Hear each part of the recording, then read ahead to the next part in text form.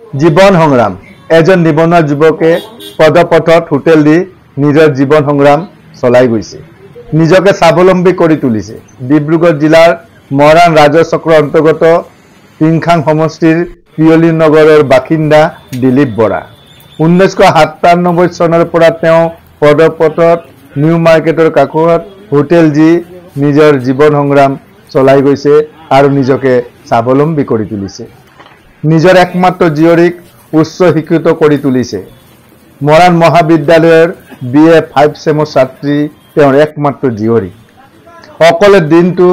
দিয়া থোৱাৰ পৰা সকলো কাম দিলীপ বৰাই নিজেই কৰে গৰম ৰুটি পোলাও আমলেট বিভিন্ন ধৰণৰ ব্যঞ্জনেৰে পৰিপূৰ্ণ তেওঁৰ হোটেল তেওঁ নিবনুৱাসকলক আহ্বান জনাইছে কামত কোনো উচ্চ নিচ নাই কামত লাজ কৰিব নালাগে আহক ওলাই আহি নিজৰ জীৱন সংগ্ৰাম চলাই যাব লাগে আৰু নিজকে নিজে স্বাৱলম্বী কৰি তুলিব লাগে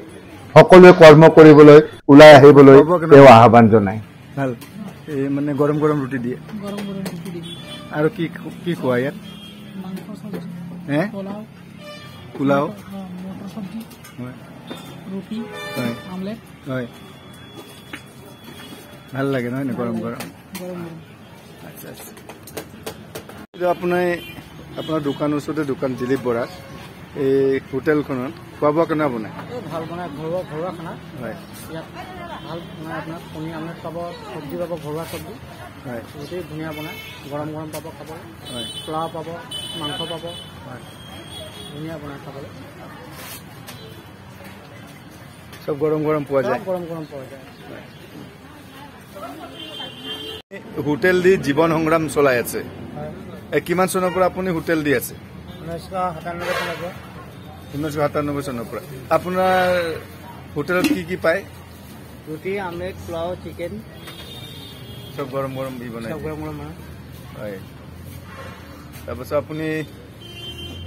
এই হোটেলখন দিয়ে আপুনি সংসাৰ চলাই আছে হয় আৰু মই জানিব পৰা মতে কেইজনীয়া পৰিয়াল আপোনাৰ তিনিজনীয়া আপুনি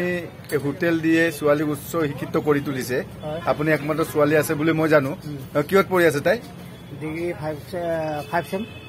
ডিগ্ৰী 5 চেম ক'ত পঢ়ি আছে মান কলেজ হয় BA 5 চেমত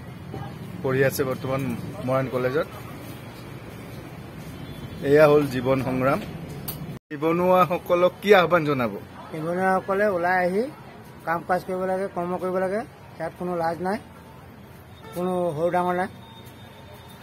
সকলো কাম কৰি কাম কৰি আগবাঢ়িব লাগে